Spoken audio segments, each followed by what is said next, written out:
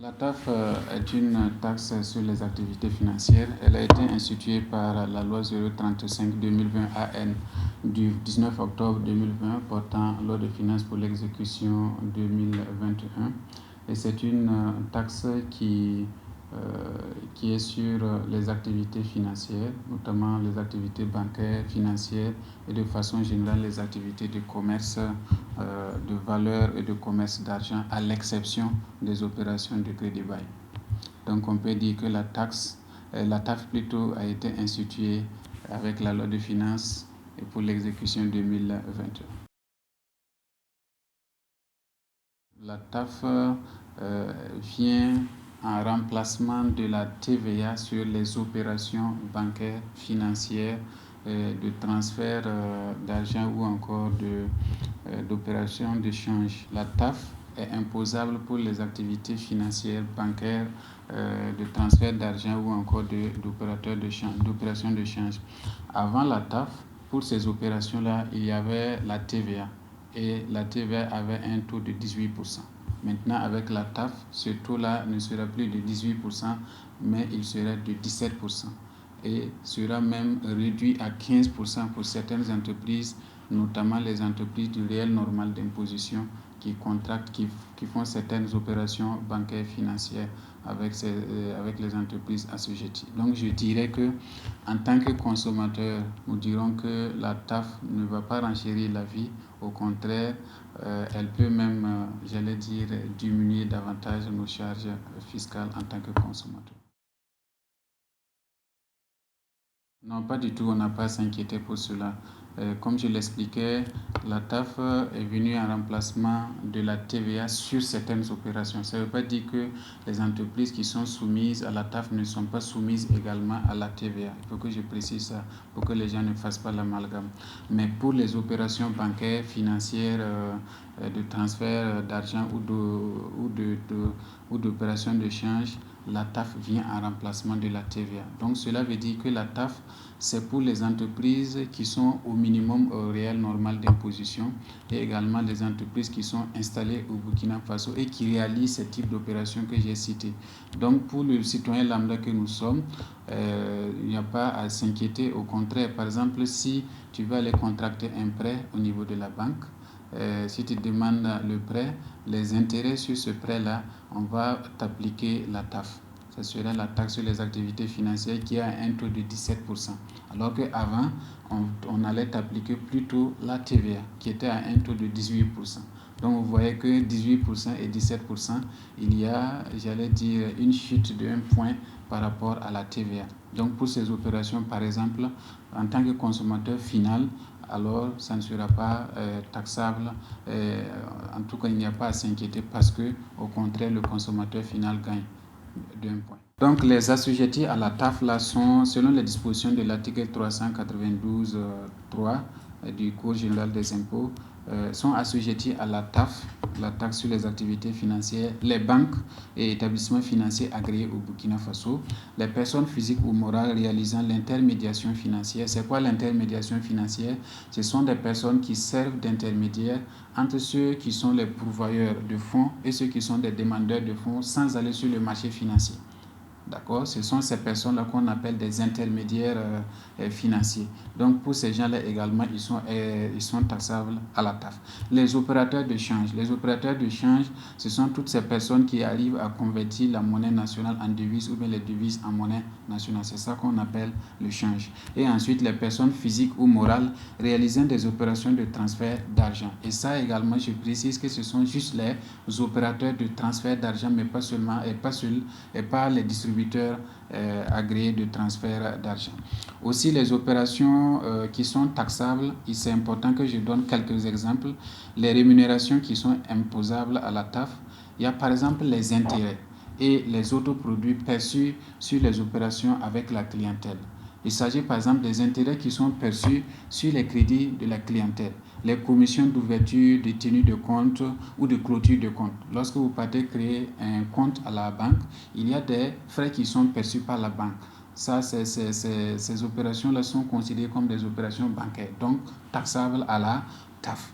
Donc, il y a les frais de présentation des faits d'acceptation, par exemple, les frais d'encaissement des faits non, les commissions de découvert, les frais perçus sur les services bancaires, par exemple les e-banking, etc., les SMS banking. Ce sont des opérations bancaires et qui sont des commissions que la banque perçoit auprès des clients. Donc, ces opérations-là sont également taxables à la TAF. Les frais perçus sur l'émission des chèques ou encore les produits de la monnaie électronique sont des opérations qui sont taxables à la TAF.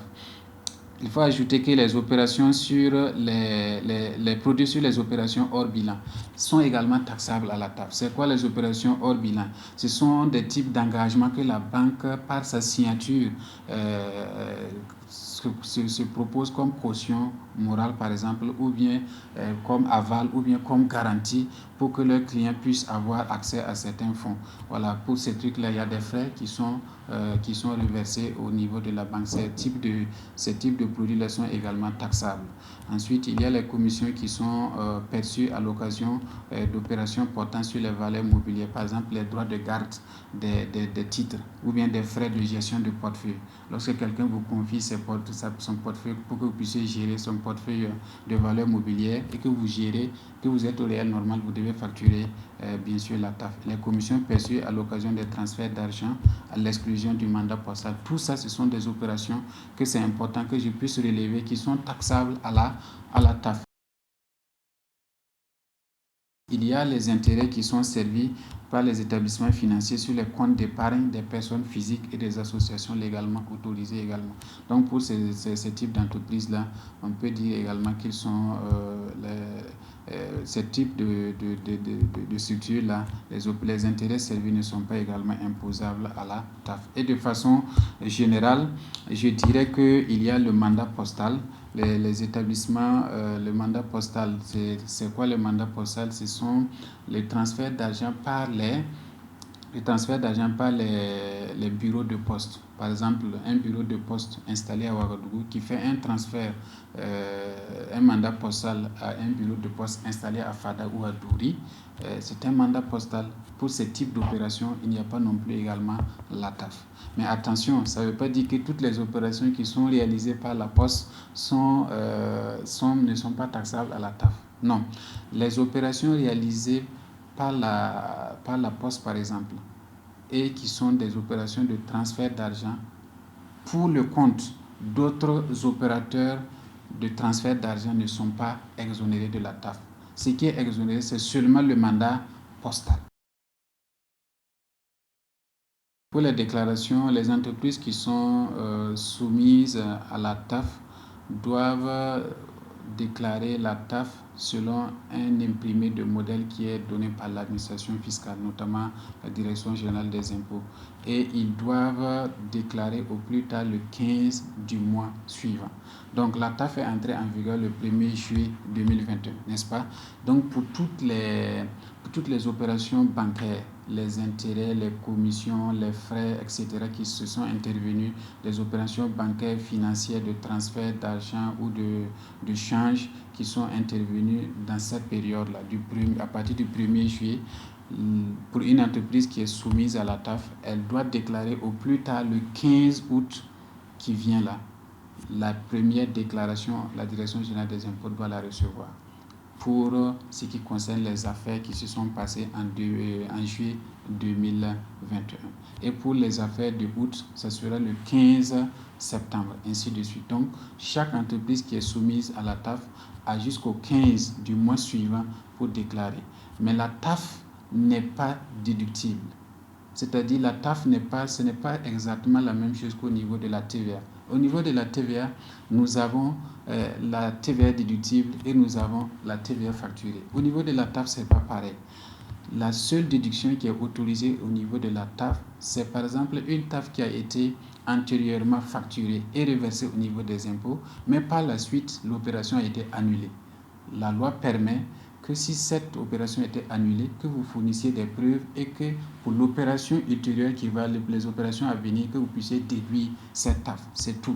Sinon, si vous supportez une TAF, ce n'est pas autorisé que vous puissiez la déduire de la TAF que vous allez facturer ou bien que vous allez reverser au niveau des impôts. Je rappelle que c'est une taxe indirecte. Une taxe indirecte, ça veut dire que c'est une taxe à la charge du consommateur ou bien du client.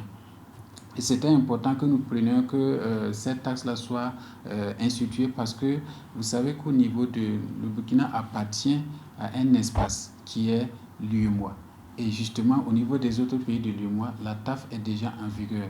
Le Burkina Faso traînait les pas et désormais nous sommes conformes à ce que l'UEMOA veut, au texte de l'UEMOA, et nous pouvons dire que, en tout cas, ça va. Donc, je répète, la taxe n'est pas déductible. Il n'y a pas de taxe, il n'y a pas de TAF facturée, il n'y a pas de TAF déductible. La TAF que vous collectez, vous devez la reverser entièrement au niveau des impôts. Sauf lorsque c'est annulé. Si l'opération est annulée, la loi vous permet de récupérer cette TAF en la déduisant à la TAF qui va venir. C'est vraiment important. La TAF n'est pas non plus déductible de la TVA. Ça veut dire qu'on ne peut pas prendre... Moi, j'ai supporté une TAF de, par exemple, 100 000 francs et j'ai une TVA facturée de 1 million. Donc, je prends les 1 million, je déduis les 100 000 et je pars reverser le reste. Non. La TAF n'est pas déductible de la TVA et la TVA n'est pas déductible de la TAF. C'est important que les gens puissent également le savoir, notamment les entreprises. Voilà, donc ça c'est également des informations importantes que je voudrais partager avec l'ensemble de la population burkinabé et nous inviter au civisme fiscal. Je vois que beaucoup de banques ont déjà appliqué et sont déjà en train d'appliquer la TAF. Moi en tout cas ma banque a commencé à l'appliquer depuis le 1er juillet 2021. Donc nous encourageons la population burkinabé à être toujours des citoyens civiques fiscalement parlant. La TAF est rentrée en vigueur le 1er juillet 2021.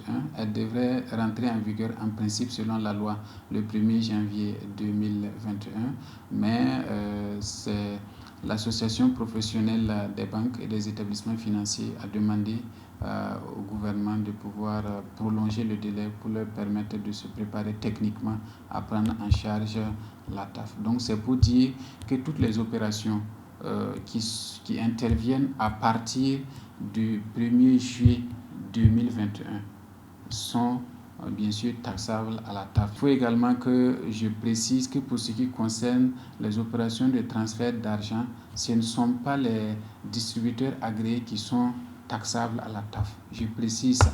Ça veut dire quand je sors dans la rue comme ça, je vois par exemple un distributeur agréé, je vais faire mon Orange Money ou bien mon Move Money. Alors, ce n'est pas lui qui est taxable à la TVA, et à la TAF plutôt. C'est plutôt l'opérateur de transfert d'argent que nous tous nous connaissons. Donc, ce sera l'opérateur Move Money et l'opérateur Orange Money qui seront taxables à la TAF.